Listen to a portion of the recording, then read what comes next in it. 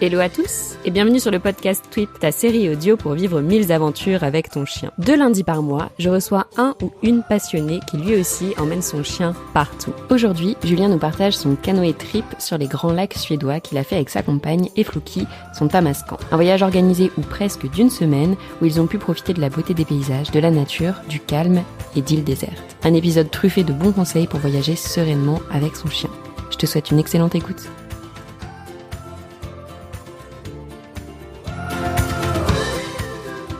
Hello Julien, j'espère que tu vas bien. Bienvenue sur le podcast Tweet. Hello, ben oui, ça va très bien, merci. Un petit peu malade, mais ça va, c'est chouette. On va parler aventure, donc ça va me redynamiser. Surtout qu'on va parler des tiennes, donc j'espère bien. Je suis vraiment trop contente de t'avoir aujourd'hui, puisque ça fait une éternité qu'on devait enregistrer cet épisode et c'est un sujet qui m'intéresse particulièrement. En tout cas, j'ai plein de questions. Donc on va parler d'un canoë trip que tu as fait en Suède, donc en 2021. Mais avant ça, est-ce que tu voudrais bien te présenter et présenter ton loulou ? Alors bonjour, moi donc je m'appelle Julien, je suis j'ai 35 ans, je suis belge, je vis en Ardennes, en pleine forêt, à peu de choses près. Et effectivement, je suis propriétaire. Je suis le camarade d'aventure d'un magnifique tamascan qui s'appelle Floki, qui vient d'avoir 3 ans. Voilà, une race qui était pas très connue, une race un peu coup de cœur parce que j'ai toujours rêvé d'avoir un chien loup, mais le problème que j'avais, c'est que moi, comme je fais pas mal d'aventures, il me fallait un chien qui soit quand même assez sociable et pas finalement avec peu de caractère du loup. Et donc c'est justement l'objectif de cette race. Donc finalement, j'ai découvert cette race il y a une petite il y a 6-7 ans avec un ami qui vit d'ailleurs qui est d'ailleurs maintenant musher en Norvège. Et donc voilà, j'ai flashé et puis c'est parfois on peut appeler ça le destin ou le hasard. Enfin ça c'est suivant les obédiences. En 2020, effectivement, je tombe sur une annonce d'une portée en Belgique. Et donc je me porte candidat et mon profil a été retenu puisque un des critères de l'éleveur pour prétendre à devenir potentiellement un camarade de jeu pour ces chiens-là, c'était quand même d'être assez actif, on va dire. Et donc moi avec comme je suis blogueur blogueur aventure depuis 12 ans maintenant, l'aventure et la bougeotte ça me connaît. Et donc finalement c'était une race qui forçait de constater me correspondait bien puisque j'ai pas eu trop de soucis à convaincre l'éleveur de me confier un des petits de la portée. Et donc voilà, c'était le petit Philibert, puisque c'était une portée dont les noms étaient inspirés de la bande dessinée belge. Et donc il va de soi qu'un Philibert que j'ai décidé de changer en Floki, qui est beaucoup plus en lien avec ce que j'aime, avec la Scandinavie, avec le petit côté, la petite folie et surtout le côté aventureux de Floki, qui est le découvreur de l'Islande avant d'être un personnage de la série Vikings. Voilà un petit peu le parcours de nous deux en fait. Et justement, pour ceux qui connaîtraient pas encore cette race, moi la première, à quoi ça ressemble un tamascan ? Alors, justement, c'est ça qui est un petit peu compliqué. Donc, c'est une race qui est en constitution, donc il n'y a pas de studbook fermé. Il y a vraiment, c'est vraiment une race qui est en évolution. Donc, les modèles sont très différents en fonction des lignées, en fonction des élevages. Donc, on peut retrouver, par exemple, il faut savoir que tout hybride de loup, quel qu'il soit, qu'importe la génération, est interdit. En tout cas, le chien loup tchèque est interdit en Norvège. Et toutes les hybridations à partir de chien loup tchèque est interdit en Norvège. Donc, il existe des lignées où il y a du chien loup tchèque qui a été rajouté, mais à la base de la base, la race tamascan, c'est surtout un mélange de chiens nordiques, donc de husky sibérien principalement, de malamute, même de samoyède. Donc, c'est un mixte vraiment de chiens nordiques qui a été développé par un éleveur de chiens de traîneau qui avait une écurie, on s'entend une équipe de chiens de traîneau qui s'appelait Polar Speed en Finlande. Et donc, c'était des chiens qui étaient déjà très performants. Et certains de ces chiens avaient un caractère lupoïde assez marqué. Et d'ailleurs, certains de ces chiens ont fait du cinéma. Et la demande s'est faite comme ça, en fait, parce que ces chiens étaient relativement obéissants, en tout cas beaucoup plus faciles qu'un loup, beaucoup plus faciles qu'un chien loup. Et donc ils ont développé la race. Et puis il y a une dame écossaise pour le coup qui a elle aussi s'est pris de passion et a rencontré cet élevage Polar Speed en Finlande et qui a acheté quelques spécimens, et elle a décidé de rajouter dans les générations du chien loup tchèque. Mais c'est pas du tout quelque chose qui est commun. Donc, par exemple, en Norvège, il y a des élevages de tamascan qui sont absolument sans apport de loup, sans apport de chien loup tchèque, sans apport d'American Wolfdog ou autre. Il s'avère que moi, je pensais que c'était le cas. Bon, c'est pas grave, mais Floki, lui, a quand même assez bien de génétique loup finalement, puisque j'ai pas fait de test génétique, mais ses frères et sœurs ont environ entre 15 et 25% de génétique loup, ce qui est quand même assez élevé quand on analyse ça. Et donc Floki a du chien loup tchèque du côté de sa maman et du chien loup tchèque ainsi que de l'American Wolfdog du côté de son papa, ce qui fait que c'est un chien qui ressemble beaucoup plus au loup américain, donc très haut sur pattes, très élancé, avec une très grosse encolure, une très grosse crinière au niveau de l'encolure, ce qui est typique des loups en fait américains et des chiens loups américains. Les loups européens sont beaucoup plus trapus, sont beaucoup plus massifs aussi, puisque Floki est un gabarit assez sportif. Il fait 32 il oscille entre 30 et 32 kilos, donc c'est pas si lourd que ça. Savoir qu'un loup européen, les loups qu'on a notamment ici en Ardennes, ont été évalués entre 50 et 65 kilos, quoi. Donc on est quasi au double de volume, et ce sont des loups qui sont beaucoup plus courts sur pattes. Floki en fait tient plus du loup américain en fait que du loup européen. Ok, donc si on se l'imagine physiquement, dans sa c'est plus un morphologie, chien quoi. loup Dans tchèque. sa morphologie, voilà, tout à fait. Oui, exactement. Avec lui pour le coup, et l'ensemble de la lignée, enfin de sa fratrie, pardon, est assez typé, puisqu'il a les yeux jaunes en amande, vraiment vraiment très lupoïde. Et donc ça lui donne vraiment un air très joli. Heureusement qu'il sourit beaucoup, parce que quand il a alors c'est le problème de ces chiens-là, hein, c'est que on a ce que j'appelle moi un délit de faciès, hein. Donc c'est-à-dire que ça sera toujours quand ça dérape, les rares fois où ça peut déraper, un chien en liberté qui vient alors que Floki est attaché, c'est vrai que ça sera toujours de sa faute, et malheureusement c'est un peu ennuyeux d'avoir ce genre de réaction, mais il faut en être conscient quand on prend ce genre de chien. J'avoue que j'avais pas été fort préparé à ça, parce que c'était un chien Covid, donc au début tout il était beau, tout il était gentil, mais en fait plus les années passent et plus en fait il y a un délit de faciès, quoi. Donc d'office quand il va grogner, quand il y a deux chiens qui grognent, les gens vont se retourner d'abord sur lui avec un peu de crainte ou parfois de peur, et parfois je n'arrive pas à détecter, mais c'est pas toujours évident en tout cas de se promener en ville avec ce type de chien notamment, et c'est de moins en moins facile, j'ai l'impression. Après heureusement c'est un chien qui est très sociable, qui aime l'homme, contrairement à certains chiens loups. Il a vraiment toutes les caractéristiques de ce que doit être un tamascan, c'est-à-dire un physique de loup mais un caractère de chien. Mais il reste très lupoïde dans sa morphologie, donc impressionnant. En fait, à la base de la race tamascan, il y a cette idée d'avoir un chien qui ressemble un chien, oui, c'est bien ça, c'est un lapsus révélateur, un chien qui ressemble au loup, mais avec un caractère de chien, c'est-à-dire une relative facilité d'éducation, avec un minimum de rappel. Et on sait bien que plus la proportion de loup dans un chien loup est élevée, plus c'est compliqué. Ce sont des animaux qui vont être beaucoup plus sur la défense, beaucoup plus méfiants, qui vont avoir un... Oui, ce sont des animaux sauvages. Voilà, hein. tout à fait. Et donc, dans cette race, c'est tous ces caractères-là qu'ils ont essayé d'évincer. Et donc, en fait, pour se rapprocher d'un chien qui, au niveau de son caractère, aujourd'hui, quand je discute avec d'autres propriétaires, ressemble très fort au caractère d'un husky sibérien, quoi. Donc, ça reste quand même des chiens qui sont pas faciles, qui sont très têtus, qui n'ont globalement un rappel qui est tout à fait approximatif. Et donc voilà, c'est vraiment pas des chiens évidents. Bien y réfléchir avant de vouloir adopter un tamascan, bien que ça soit très beau. Oui, bien sûr. Ça reste des responsabilités. Tout à fait. Complètement. Et tu disais un peu plus tôt, donc c'est un chien qui est interdit en Norvège. J'imagine que la Norvège, toi, ça te concerne particulièrement. Est-ce que tu sais s'il y a d'autres pays, notamment d'Europe, où ils sont interdits? Alors non, en fait, la Norvège est le seul pays qui a encore une liste assez longue de chiens. Il n'y a pas que, hein, il y a le Canet Corso, il y a d'autres chiens qui sont, la liste est relativement longue qui sont interdites. Il y a des races qui sont interdites pour des raisons, je vais dire, de bien-être animal. Donc tout ce qui est race brachycéphale est interdite. Et puis effectivement, dans les chiens interdits,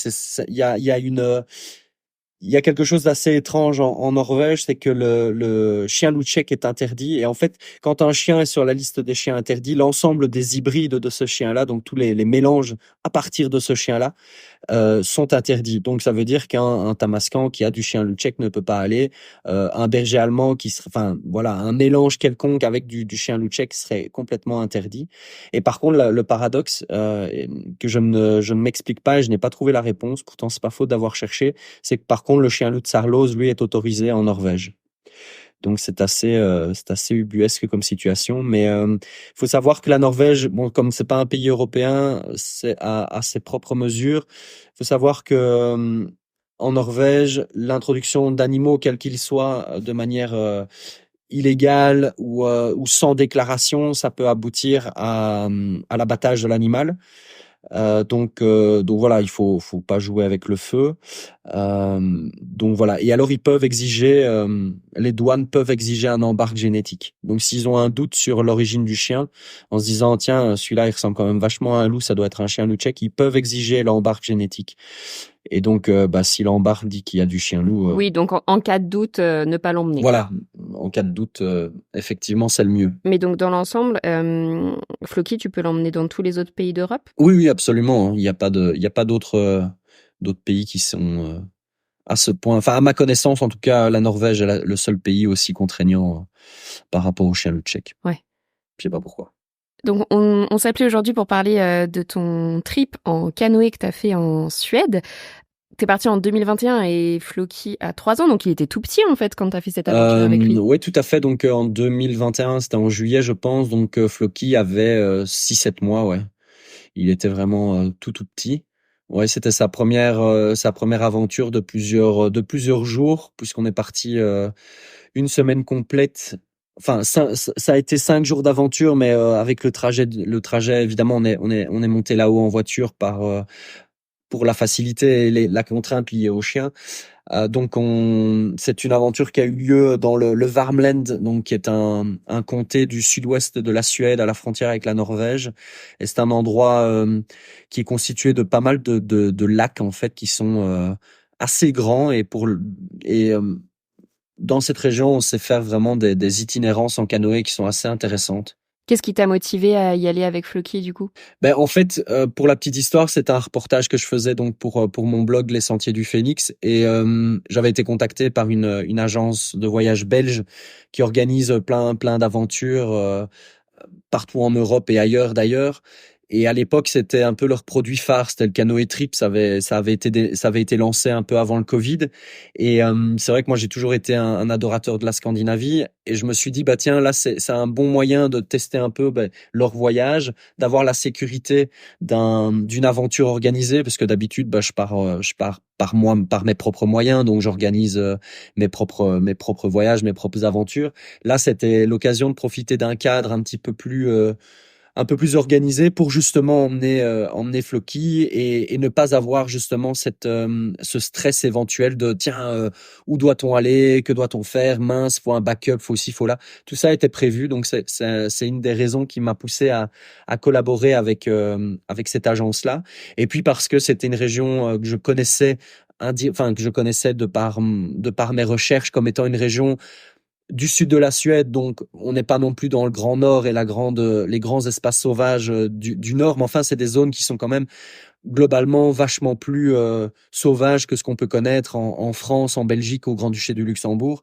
Et donc c'était vraiment, pour moi, tout s'alignait pour que je puisse aller vivre une aventure de dingue en Scandinavie, sur l'eau, en canoë, et avec Floki, bien évidemment, qui était très jeune, quoi, du coup. Et ça veut dire que tous les voyages qu'ils proposent sont OK chien? On peut emmener son chien dans tous les voyages qu'ils organisent avec cette agence? Alors non, malheureusement non, parce que il y a des voyages notamment en Islande. En Islande, voilà, aucun animal ne peut y entrer à moins de faire une quarantaine. Mais ils ont une liste Mais vraiment voyage dog friendly? en tout cas, je pense que c'est en cours. Ils avaient cette réflexion-là, mais globalement non. Je vais dire que c'est un peu l'exception. En tout cas pour le moment, c'est pas dit qu'ils en développent d'autres, mais c'est vrai que c'est le voyage, en tout cas, dans sa formule qui s'adapte le mieux, enfin, qui se prête le mieux à le partager avec son animal de compagnie, quoi.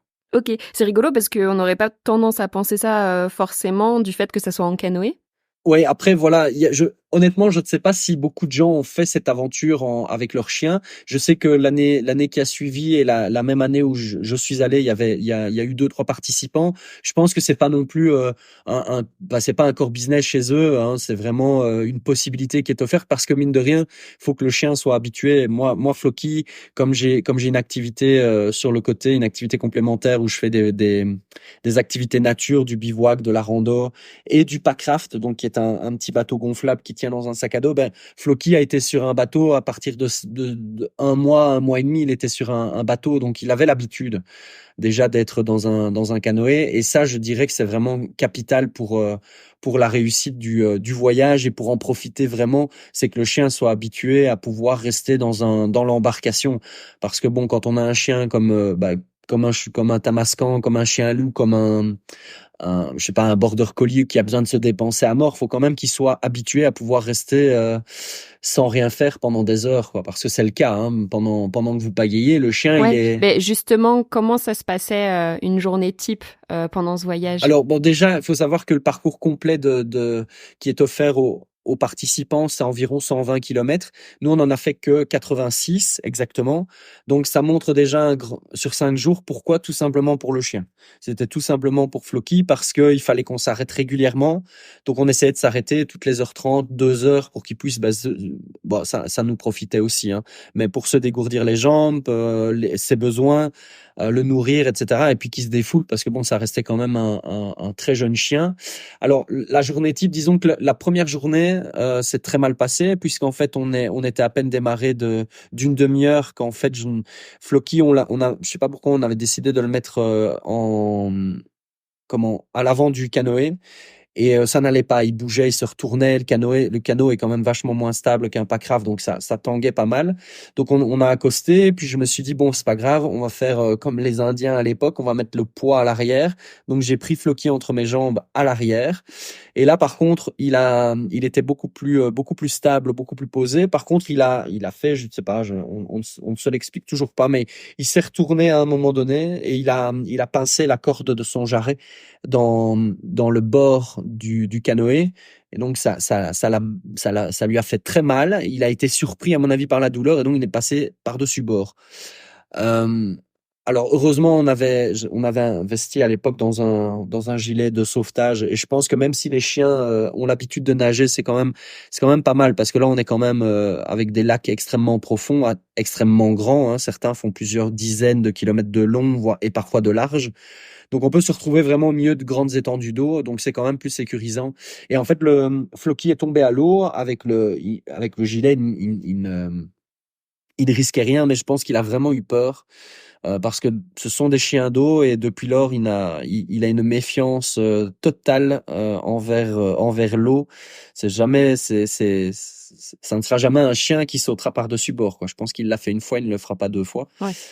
Mais par contre, une fois qu'il y a eu cet événement malheureux, bon, on l'a calmé, on l'a fait remonter directement dans le canoë pour conjurer le sort, on va dire ça comme ça.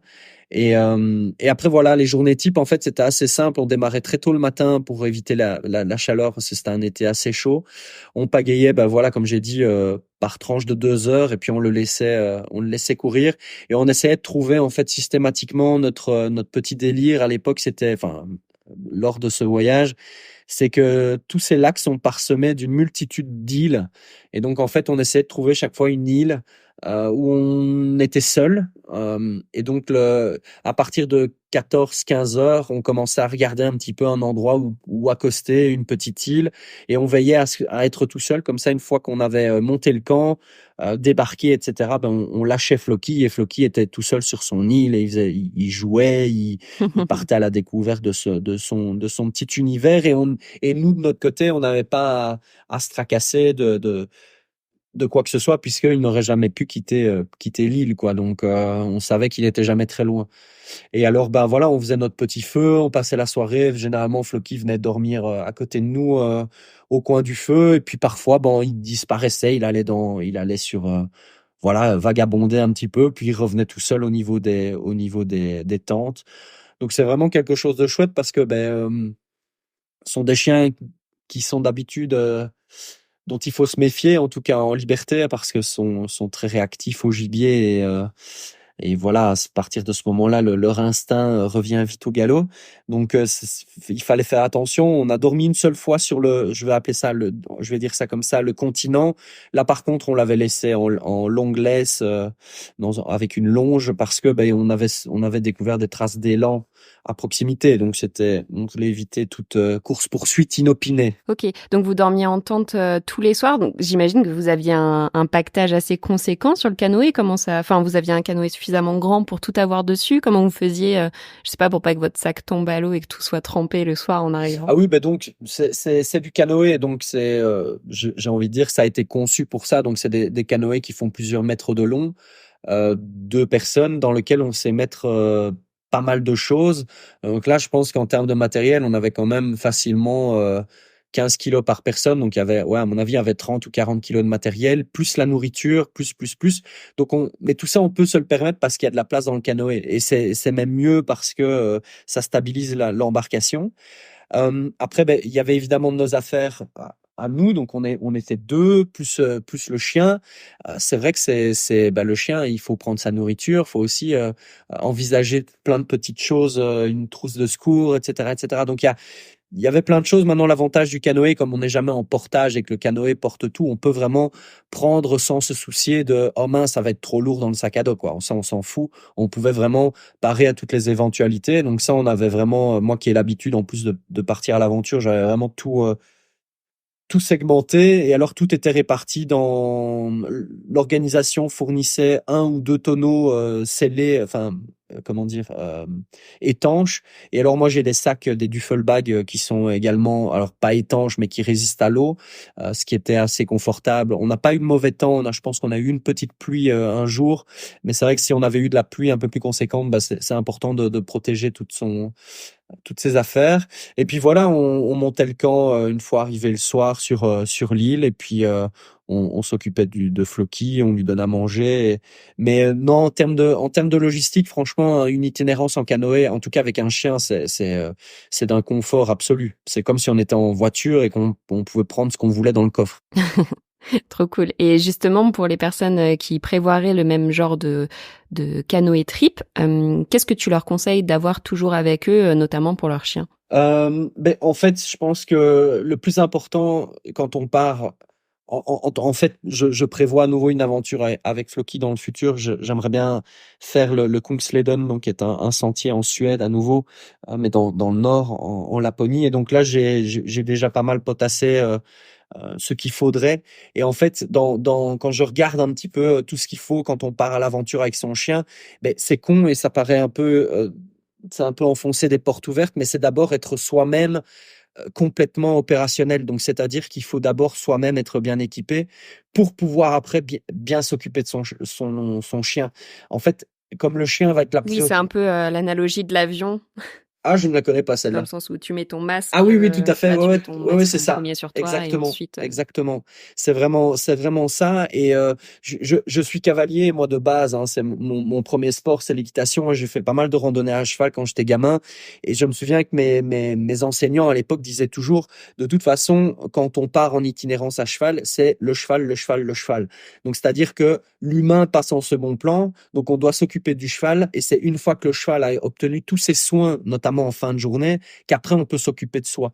Donc ici, c'est exactement pareil. Ça ne change rien. C'est-à-dire que c'est le chien, le chien, le chien. Et c'est quand lui est enfin bien posé, qu'il a l'ensemble de l'environnement qui est sécurisé, qu'alors on va pouvoir soi-même mettre des choses en place et profiter. Donc c'est con, mais bon là il faisait très beau, mais si le temps est un peu plus compliqué, ben c'est simplement déjà être soi-même en bonne santé, donc avoir les bons vêtements, avoir de bonnes chaussures, enfin voilà, être bien, éviter toute empêcher qu'il y ait le moindre problème, c'est vraiment pour moi la première source de sécurité pour son chien.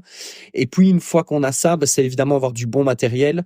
Quand je parle de bon matériel, bah, c'est une bonne tente. Alors un conseil que j'aurais à donner, c'est de prendre une tente qui est toujours une ou deux personnes supplémentaires. Comme ça, ben si vraiment il fait mauvais, bon le chien peut quand même dormir à l'intérieur parce qu'il faut quand même l'envisager aussi ça.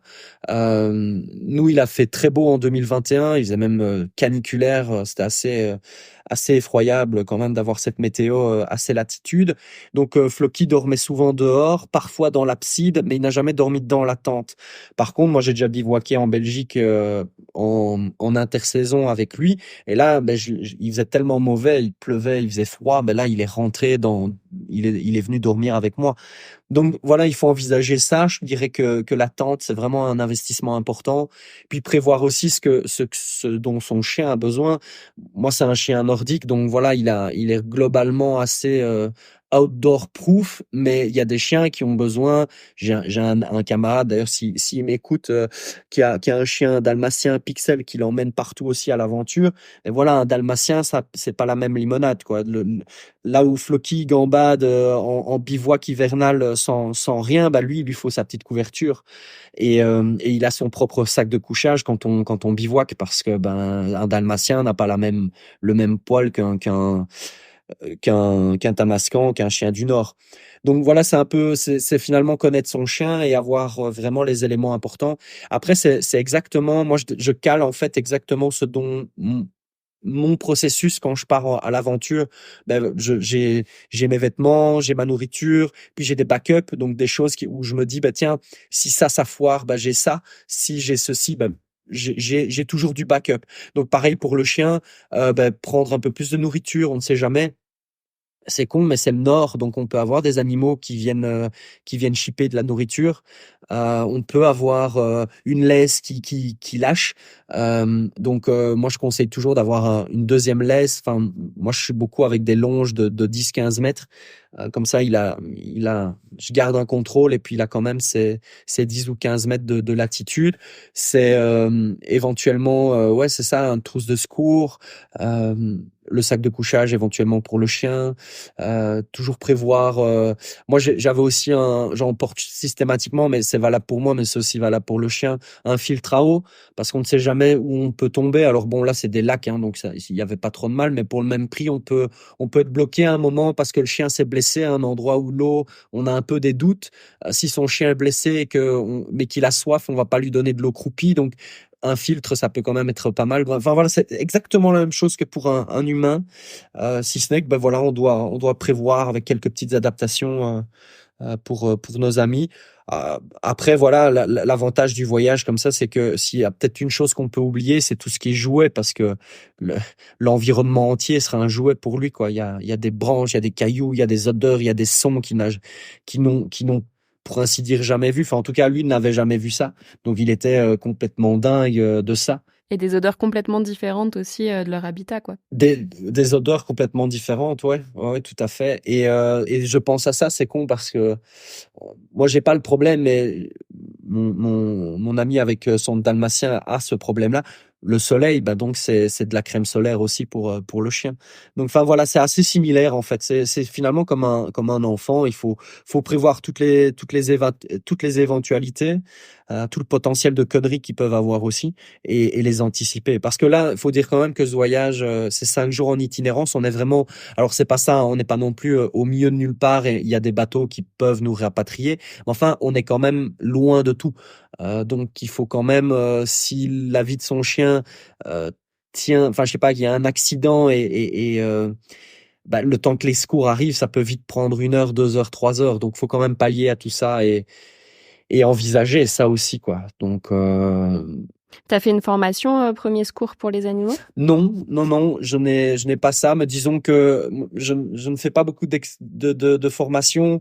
Je devrais en faire plus, mais j'ai malheureusement pas beaucoup le temps. Par contre, ben, j'ai la chance d'avoir. Non, t'inquiète, c'est parce que je me demandais. Ah non, mais comme je guide, tu vois, je guide des gens, hein, donc en pleine nature, donc c'est des choses qui me sont déjà arrivées avec des personnes et qui peuvent très bien arriver avec un chien. Euh, Par exemple, c'est con, mais moi Floki devait avoir, c'était un mois avant mon départ. J'ai appris un bête truc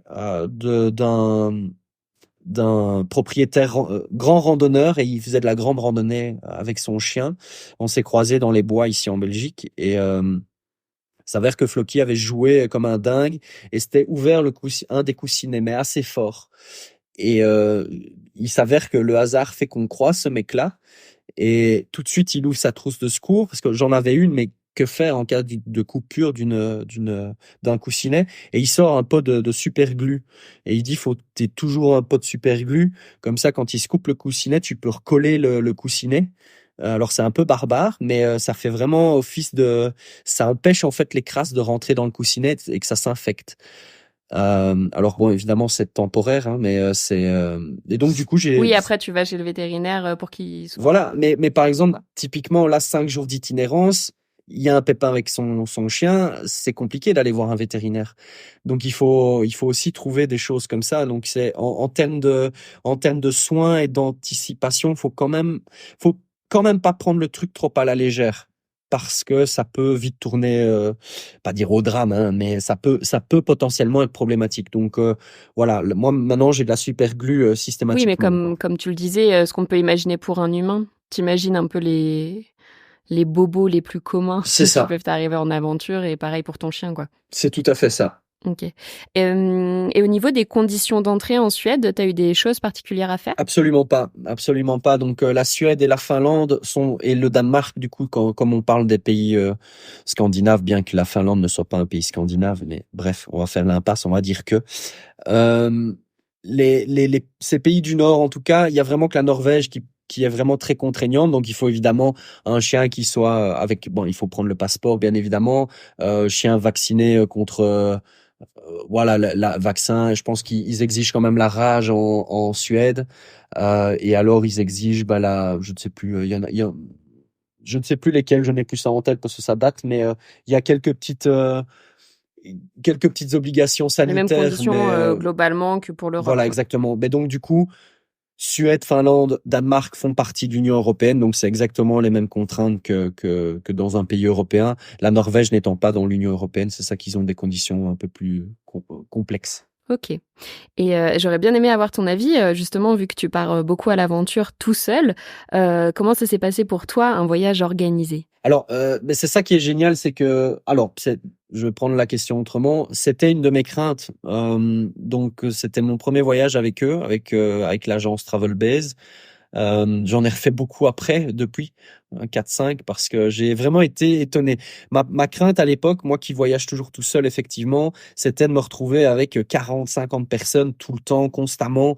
Et c'est pas du tout, en plus en Scandinavie, moi je vais en Scandinavie justement pour un peu expérimenter la solitude, les grands espaces, le fait qu'on soit vraiment tout seul dans ces grands espaces vides. Et donc j'avoue que j'avais beaucoup d'a priori, et en fait ce voyage est extrêmement bien conçu, parce qu'en fait c'est un voyage qui est organisé, mais je devrais plutôt dire semi-organisé.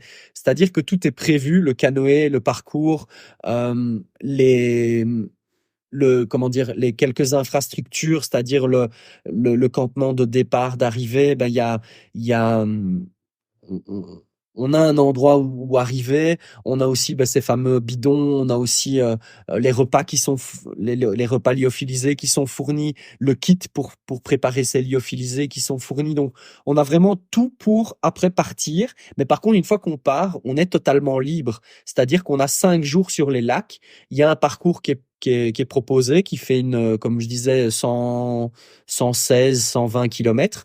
Mais on n'est pas obligé de faire les 120 kilomètres. On peut très bien se dire, je vais faire je sais pas moi, la moitié, le tiers, le quart ou les trois quarts. Ou si vous avez envie de rester 3 jours sur une île, ben libre à vous de rester 3 jours sur une île. C'est vraiment, et ça c'est chouette du coup parce que pendant 5 jours, avec le parcours adapté pour Floki, donc qui était beaucoup plus court, ben on s'est systématiquement retrouvé tout seul les soirs sur une île avec le chien, nous deux, avec ma compagne, et c'était juste magique quoi. Donc Ah oui, donc t'étais pas du tout avec un groupe, il y avait zéro non, non, non, personne. non, non. Donc en fait, c'est vraiment, on a entre guillemets tous les à côté. C'est comme un voyage clé en main, Voilà, en c'est gros. ça. Mais après, on est en liberté sur le lac. Et donc, il y a toujours évidemment des rangers qui sont au camp de base et qui sont prêts à intervenir s'il y a un blessé, s'il y a le moindre pépin. Mais globalement, pendant les 5 jours, si tout se passe bien, on peut aussi ne croiser personne. Alors, dans les faits, c'est vrai qu'il y a quand même de la camaraderie qui se fait, puisqu'on a démarré, tout le monde démarre plus ou moins en même temps. Donc, du coup, tout le monde se retrouve plus ou moins dans les mêmes secteurs. Mais après, c'est vraiment libre à chacun. Nous, en fait, comme on est arrivé avec le chien, on est arrivé une journée après les personnes qui venaient en bus. Donc nous, on avait un jour de décalage à chaque fois. Donc nous, on s'est retrouvés systématiquement seuls, sauf à quelques exceptions où on a croisé d'autres équipages.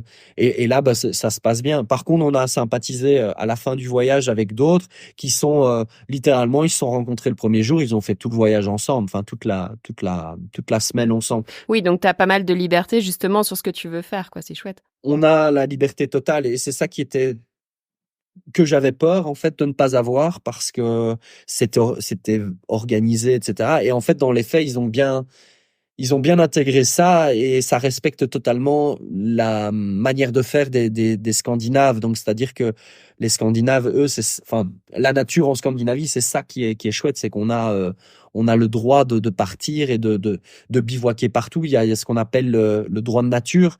Donc, c'est un droit d'accès à la nature qui est instauré dans la Constitution et qui fait que toute personne a droit à vagabonder comme ça, à planter sa tente, à faire un feu, etc. Et donc, en fait, ça, ils l'ont bien préservé. Et c'est ça qui est extraordinaire avec cette aventure, c'est que on a toute la sécurité d'un voyage organisé, mais la liberté totale d'une vraie aventure, quoi, où on choisit vraiment où planter sa tente, on choisit son île, on choisit son rivage, on choisit de s'arrêter, de continuer.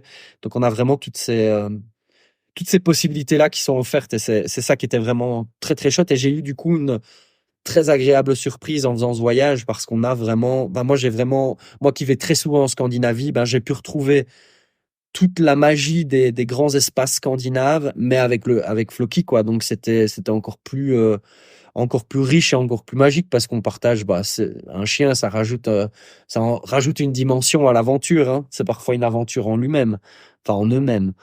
Donc voilà. Est-ce que il y a un moment plus marquant que les autres ou une anecdote particulière que tu aimerais partager sur ce voyage, que ce soit pour toi ou pour ton chien? En fait, durant ce voyage, les meilleurs moments, paradoxalement, c'était pas tant quand on était en canoë, mais vraiment quand on était sur ces îles. Moi, je crois que je suis venu à l'aventure parce que j'aime crapahuter dans les bois, j'aime faire des cabanes, j'aime bien, voilà, sauter dans l'eau, enfin des trucs très basiques. Et en fait, tout ça est possible. Donc, sur l'île, ben voilà, il faisait très bon, donc on arrivait, on plantait la tente. Il y avait chaque fois un espace pour le feu, donc je lançais le feu. Et puis bon, ben on allait chercher de l'eau, qu'on filtrait, qu'on faisait bouillir, enfin on faisait tous ces trucs-là. Et le chien, enfin Floki est à côté de nous et autres. Et donc, les soirs sont assez agréables. Et je me souviens d'un soir, on avait une île assez petite et Floki était complètement dingue. Il faisait le tour du machin, il faisait des zoom à droite et à gauche, il courait entre les myrtillers, les pins maritimes, il faisait des zigzags, etc. entre la tente et tout. Et à un moment, il s'arrête, on est en train de manger, je sais pas ce qu'il avait entendu ou autre, peut-être je sais pas, mais il s'est mis à hurler puisque bon, ce sont des chiens qui hurlent comme les loups. Et donc ça résonnait comme ça sur tout le lac qui était évidemment gigantesque. Et c'était voilà, c'est un peu son hurlement a entamé vraiment une soirée qui a été mémorable parce qu'on a eu un coucher de soleil de dingue sur cette petite île où là Floki était vraiment en totale liberté parce que très petite et donc c'était vraiment chouette et j'ai pu faire des images. Enfin moi je suis photographe du coup et c'est chouette de pouvoir faire des images de son chien qui se marre, qui est en liberté totale, qui saute dans l'eau, qui va choper du bois. Enfin bon, bref, c'était le délire complet et total. Et ça se voyait, et c'était communicatif, quoi. Et ça, c'est un bon souvenir parce que c'était une soirée en particulier, mais en fait, dans les faits, tous les soirs, c'était comme ça. Tous les soirs, on avait Floki qui pétait sa phase et qui jouait, et qui après dormait évidemment comme qui tombait endormi comme une larve parce que claqué mort, quoi. Donc quand on a ça, on se dit que voilà, on n'a pas non plus fait égoïstement ce voyage et que ça lui plaît. Et ça, je pense que c'est aussi très important. Ouais, et qui fait son moment aussi. Est-ce que tu as la sensation que cette aventure a peut-être quelque part renforcé votre lien? Alors oui et non. Alors, il était très jeune, mais en fait, je l'ai très rapidement emmené avec moi au Packraft, etc. On avait déjà un lien, mais je dirais Oui, mais peut-être que pas celle-là justement, mais tu vois, justement de partager autant de choses avec son chien, comme tu le fais. ouais, mais paradoxalement, en fait, c'est comme c'était une des premières grosses aventures. C'était alors évidemment, on en est ressorti grandi, je pense tous, Floki aussi, mais bizarrement, c'est plus l'après voyage, parce qu'en fait, moi, ce voyage, il m'a permis de voir aussi toutes les possibilités que comme je m'exprime mal, mais j'ai pu voir en fait Ça a ouvert le champ des possibles. ça a ouvert le champ des possibles de un. Ça m'a permis de voir ce que mon chien aimait bien, voir si parce que parfois on a tendance à projeter un peu ses propres envies, un peu comme un parent sur ses enfants. On projette ses envies et ses intentions sur son animal, mais c'est pas forcément ce que l'animal a envie. Et là en fait j'ai pu voir que si en fait le Floki prend son kiff au même moment que moi. Et donc ça, c'est chouette. Mais donc du coup, ça a été plus une validation de cet état-là. Et en fait, c'est maintenant que j'en profite vraiment le plus parce que aujourd'hui, je sais que quand je le prends pour aller courir, hier, on est allé faire 15 kilomètres dans les bois près de chez moi, ben voilà, je sais que ça lui plaît et à un moment donné, je sais que ça lui plaît parce qu'il se met à côté de moi, il commence à sauter à côté de moi et il me sourit, etc. Genre content, content, je suis content.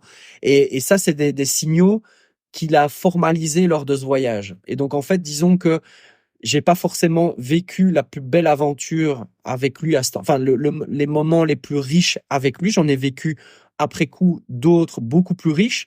Mais par contre, ça a permis de valider un certain nombre de choses, et notamment de valider aussi des codages parce que finalement, il était encore très jeune et on se connaissait que très peu finalement. Et lui-même ne se connaissait pas encore énormément parce quand je vois le chiot qu'il était à C'était un 7 petit bébé. mois, voilà, c'était un bébé. Et le chien qu'il est maintenant, même au niveau de ses envies, ses envies ont évolué. Et aujourd'hui, je pense qu'un voyage comme ça, potentiellement lui plairait encore plus parce qu'il y a toutes ces phases en canoë où là maintenant Floki a appris et apprécie aussi de se poser en fait. Je pense que comme on a une vie qui est assez active, on a des moments très intenses. Donc typiquement hier on est parti de 13h jusqu'à 22h. On a enchaîné, on a fait 15 kilomètres de trail, puis on a fait de la rando, puis on a fait du packraft et à nouveau de la rando. Voilà, Ah ouais, il a grosse son journée. grosse journée. Et aujourd'hui, il fait coucou panier depuis ce matin, il a pas bougé, quoi. Et en fait, du coup, en fait, j'ai pu le cerner. Et donc, quand on me dit qu'un chien nordique, ça demande de l'énergie, oui, ça demande, mais pas forcément en permanence. Et donc, ça, c'est chouette aussi de voir que finalement, il fonctionne comme moi. On fait des journées ou des week-ends où on est à fond les bidons. Et puis après, la semaine, c'est un peu plus cool ou quelques jours, c'est un peu plus cool.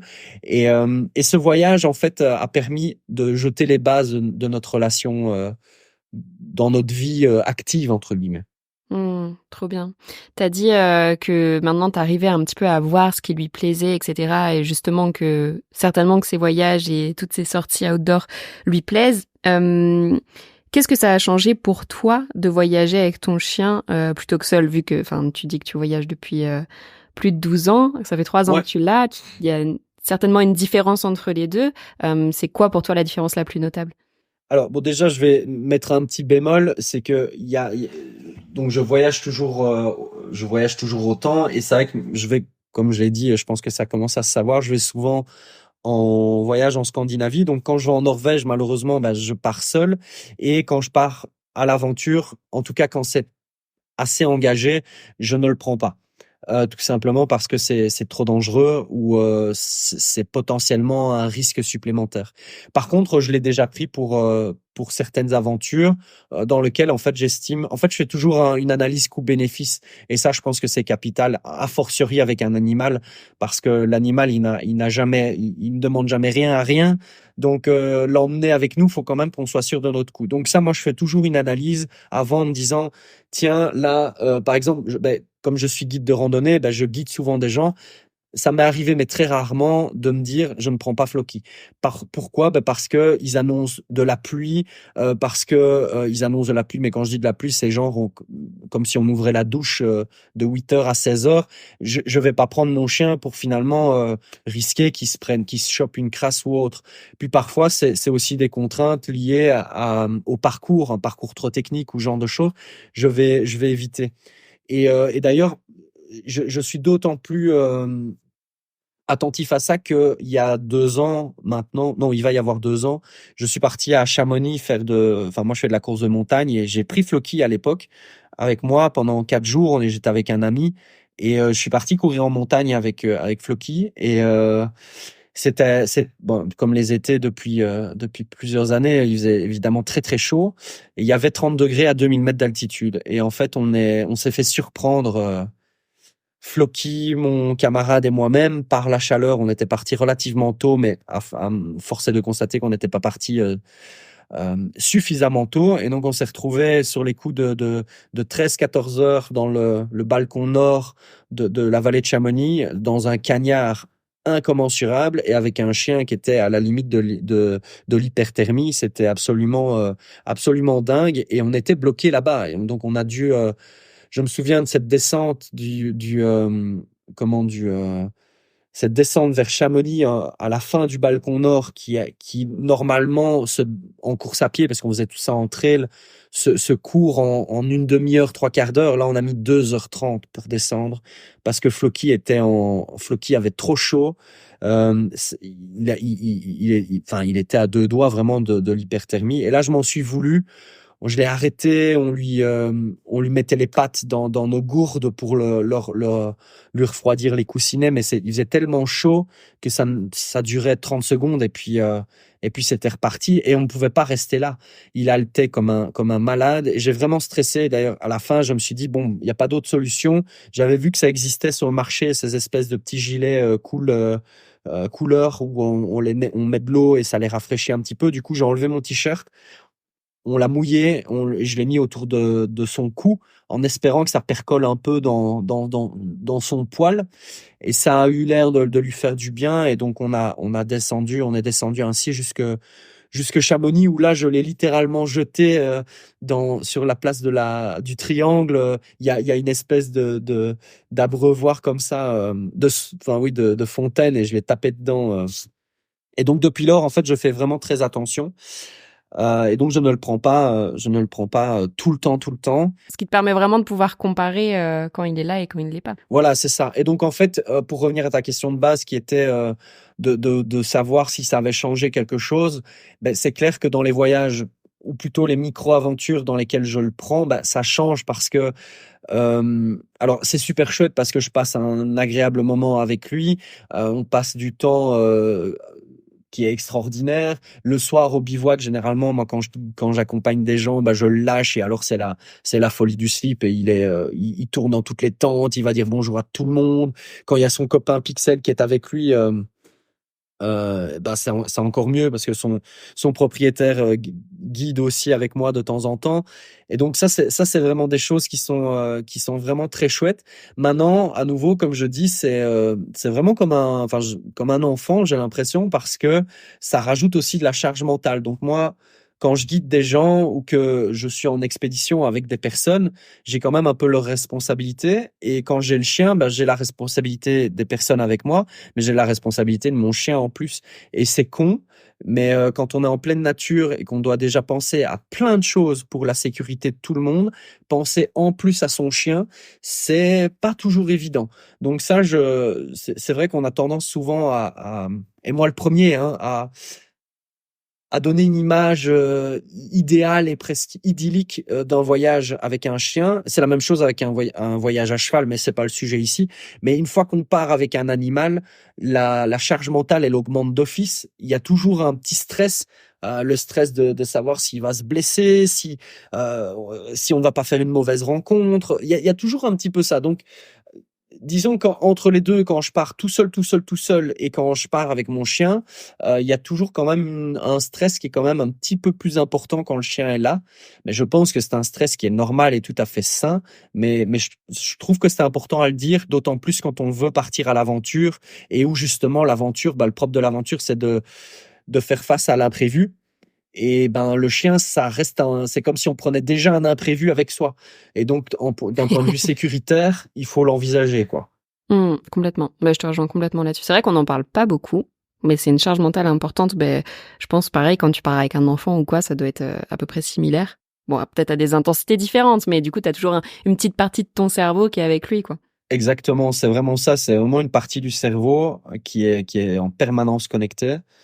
Après, voilà, ça reste quand même super, et c'est pas impossible. Et il y a des moments où parfois j'ai eu l'inverse, je suis parti tout seul et je me suis dit, paf, mince quoi, j'aurais dû prendre Floki avec, il aurait adoré. Et voilà, mais effectivement, oui, non, c'est la charge mentale, c'est pas évident. Maintenant, globalement, la majorité du temps, c'est quand même du pur plaisir. Après, moi, j'ai une race aussi qui est un peu particulière, hein, donc c'est quand même. Je remarque avec mes camarades qui ont des chiens ont quand même une charge. Enfin, je vais pas comparer, mais parce que je ne suis pas dans leur tête, mais j'ai l'impression que c'est un petit peu plus simple avec d'autres types de chiens. Ici, Floki, c'est quand on est dans les bois, c'est de toute façon, c'est interdit, mais je veux dire, c'est impensable de le lâcher. Donc, il est tout le temps connecté à moi parce il est très réactif au gibier. Pour ça, bon, il est pas castré, donc ça joue. Hein. Je sais que je ne me facilite pas la tâche, mais donc voilà, quand je suis dans les bois, ouais, il est attaché avec son avec le harnais et moi, mon baudrier, et puis voilà, on est liés par les liens indéfectibles de la longe. et et voilà, et donc effectivement sur certains week-ends ou certaines aventures, c'est parfois un peu enfin c'est un peu compliqué parce que finalement il n'a pas de moment à part le soir au bivouac où il a vraiment son moment à lui.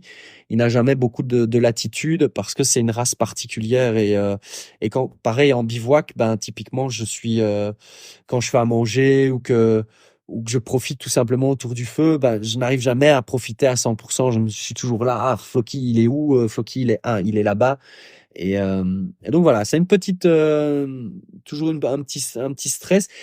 Mais l'avantage du voyage que de 2021, le canoë trip qu'on a fait avec Floki, c'est que il était plus jeune, il était encore chaud, et donc tous ces tracas-là, par contre, je ne les avais pas encore parce qu'il il était pas encore mature sexuellement. Niveau du gibier, il était nul. Je voyais plus de gibier que lui. Encore maintenant, le voir, je vois plus que lui. Par contre, lui, il le sent.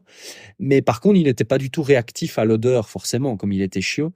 Et donc, c'est vrai que je me dis, ce voyage-là, le refaire maintenant, je serais curieux de voir sa réaction maintenant qu'il est à maturité et qu'il est quand même très sensible, enfin comme beaucoup de chiens, mais qu'il est très sensible aux odeurs de gibier, quoi. Ouais, mais c'est intéressant à souligner, notamment pour les personnes qui nous écoutent, qui n'ont pas encore de chien, mais qui aimeraient en adopter un.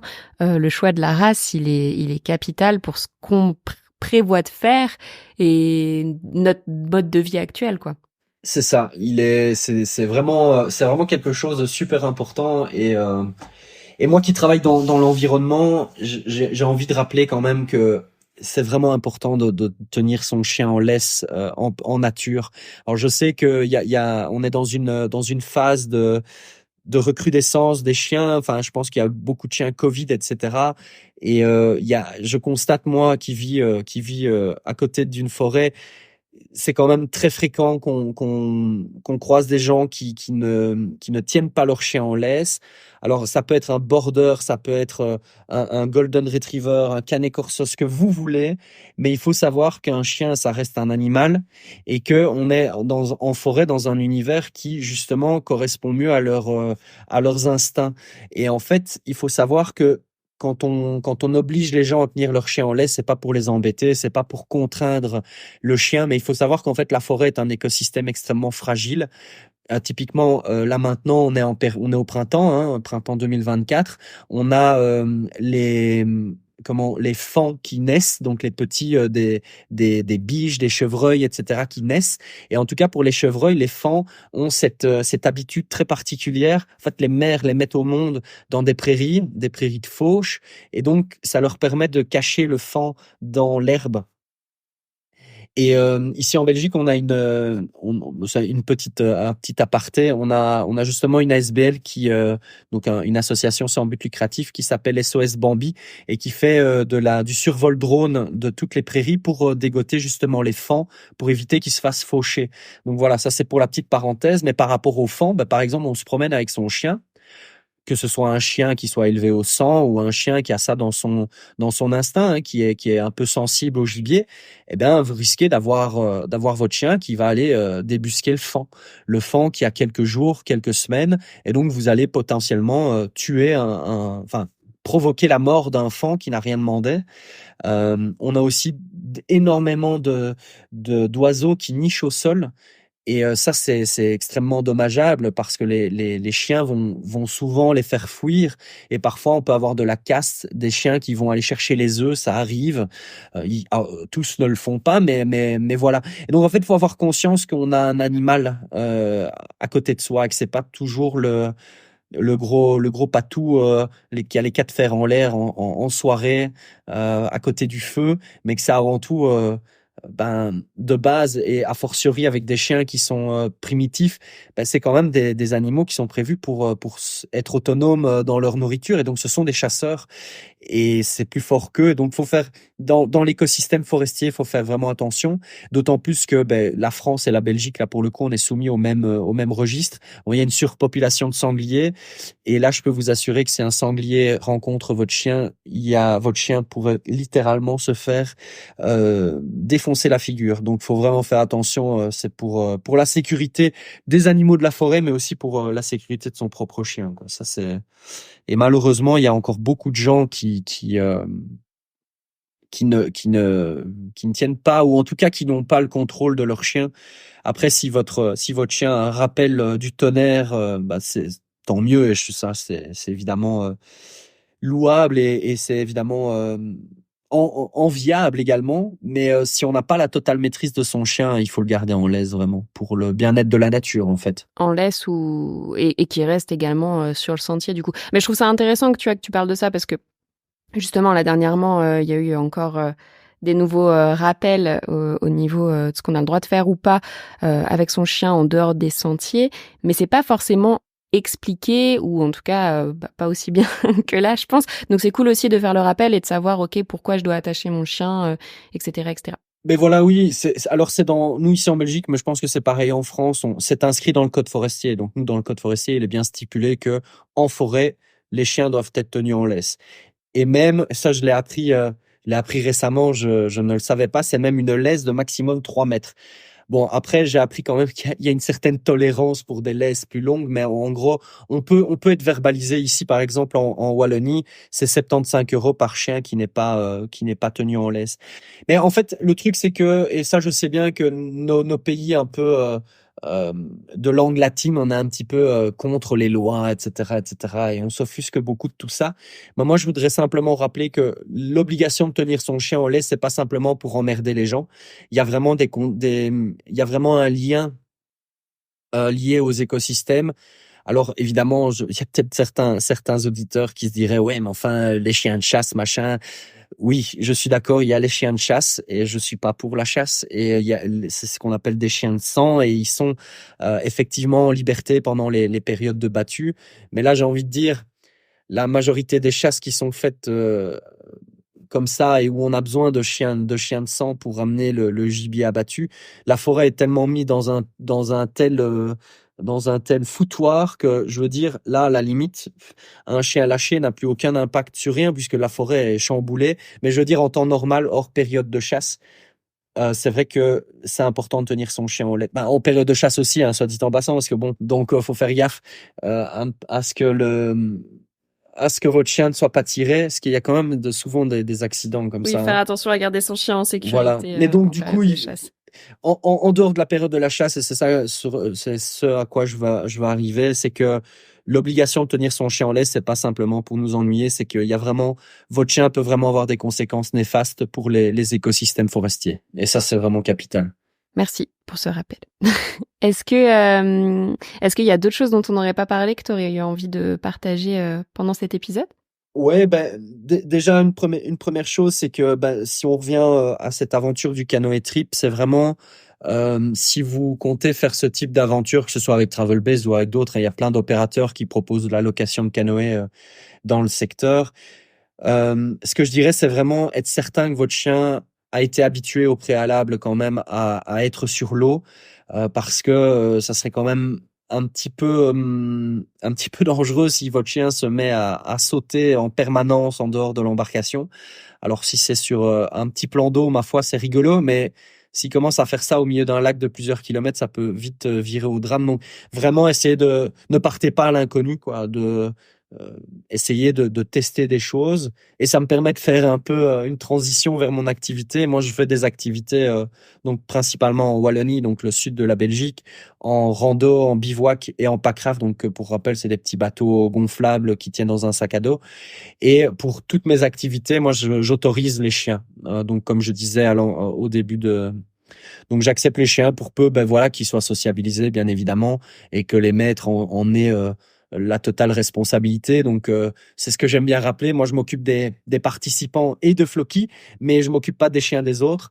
Donc voilà, mais généralement, ils sont, ils trouvent vite des terrains d'entente avec Floki, et donc généralement, ils s'autogèrent très très bien.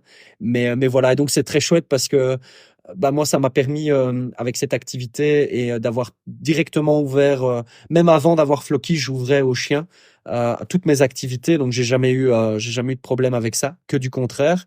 Et puis, depuis que j'ai eu le Floki, j'avoue que c'est intéressant aussi pour moi parce que ça me permet de le sociabiliser, d'avoir des périodes de sociabilisation.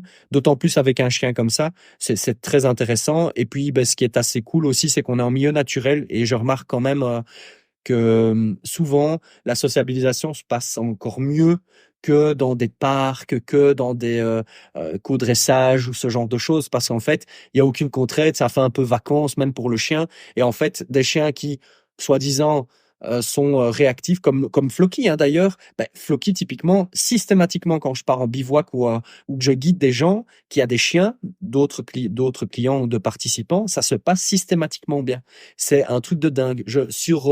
Depuis que j'ai Floki, donc depuis 3 ans, il y a, je pense, 2 chiens pour qui ça ne s'est pas bien passé. Et le pauvre, c'est parce qu'à mon avis, il se souvient d'un vieux souvenir. C'est un berger blanc. Désolé les propriétaires de berger blanc, mais Floki ne vous apprécie pas parce qu'il a été traumatisé petit par un grand berger blanc au dressage. Et je pense que c'est sa némésis, les bergers blancs. Il a une peur bleue. C'est trop marrant. Et donc du coup, hormis ce berger blanc, ça s'est toujours super bien passé. Et c'est super, quoi. Donc faut absolument pas hésiter à venir, à passer en Ardennes et à venir faire du bateau aussi si vous le souhaitez avec votre chien. Pour certains, je suis sans doute un peu loin de chez eux, mais sachez quand même que le packraft, donc il y a des revendeurs un peu partout, j'en fais partie, mais il n'y a pas que moi. Je vais simplement dire que le packraft est tout à fait prévu pour les chiens, donc faut absolument pas avoir peur d'acheter un packraft, que ce soit un packraft de chez Decathlon, un packraft de toute autre marque. Il faut savoir que le packraft a été lancé et conçu à la base pour accepter les chiens. Donc même si c'est du plastique, même si ça a l'air fragile comme ça, c'est vraiment dog-proof à 300%. Donc faut vraiment pas avoir peur. Et ça, qu'importe la marque, vous pouvez prendre votre chien avec. Et donc ça, si certains d'entre vous veulent se lancer dans l'aventure, n'ayez pas peur, ne vous posez pas de questions. C'est d'office, c'est bon. Votre chien pourra aller veiller juste à couper un peu les griffes de loup, mais sinon pour le reste, c'est tout bon, quoi. Trop cool. Je mettrai ton lien du coup en description pour les personnes qui veulent en savoir plus.